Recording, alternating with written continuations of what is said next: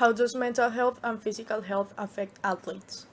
My name is Natalia Soto. I'm a 17-year-old who since little has always liked and felt the need to help people when they need it.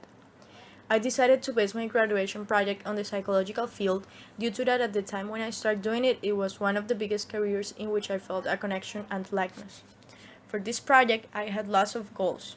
One of the personal ones was to improve my time management because I tend to distract when working, especially when I don't like the work I need to do or the ideas just don't flow as I would like them to do so.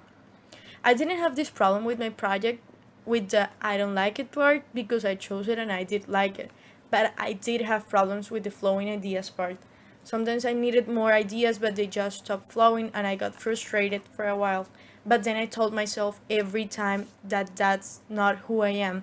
I don't leave things halfway done, so I got back on track and finish what I've started. The first part of figuring out what we were going to do was actually pretty easy. Cesar had an idea a sports psychologist once gave him, and it was a very interesting one, so we decided to base our project on it and just make it happen. When we came down to the research part, which I really liked a lot and found on very interesting things, such as that mental health and physical health are connected, and you need both to make a great performance. This helped us to get more into the topic and learn things that we didn't, or maybe we did but we never thought about them before, such as that mental health and physical health are connected, and that one depends on the other. We actually did had some problems in the process, such and the biggest one of them all was the last one, which was quarantine. Due to this, we had to change the way our project was going to develop. At first, we wanted to do some workshops with the school's athletes, but after this situation, we found out a way to achieve our goal and leave our footprint in the school as well as help it grow. As we are both in the school's team, we realized that they need more attention in the mental part. We had an experience before binationals when the teams got to do workshops and motivational talks with a sports psychologist, which was really helpful.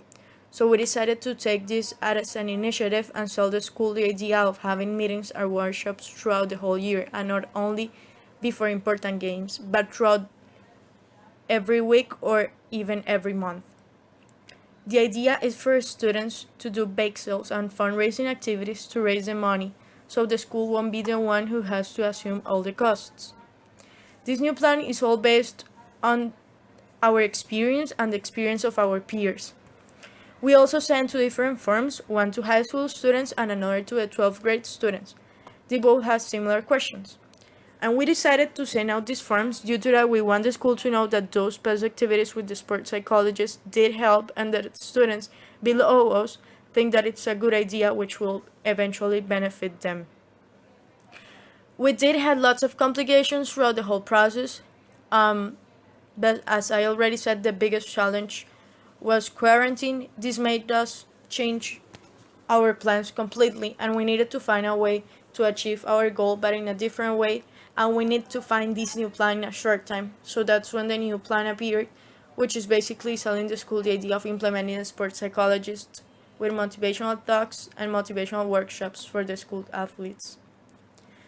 This helped us actually realize many things. One of them was that what we really wanted to study.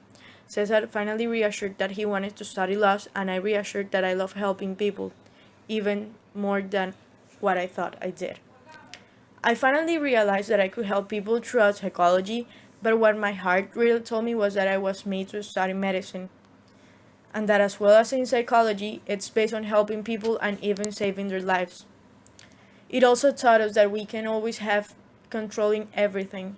Even though we want things to go some way, they can always tend to go in another way, and that it finds and that it is fine that happens. You just need to find a solution and be a problem solver, not to make one. This also taught us that we are humans, and as humans, we make mistakes, and that it's fine we do so.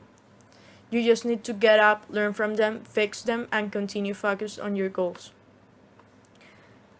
I feel successful mostly on my personal goals. At the beginning of the project, I wasn't really sure what I wanted to study, but this helped me realize what I wanted was medicine, and I'm very happy with my decision.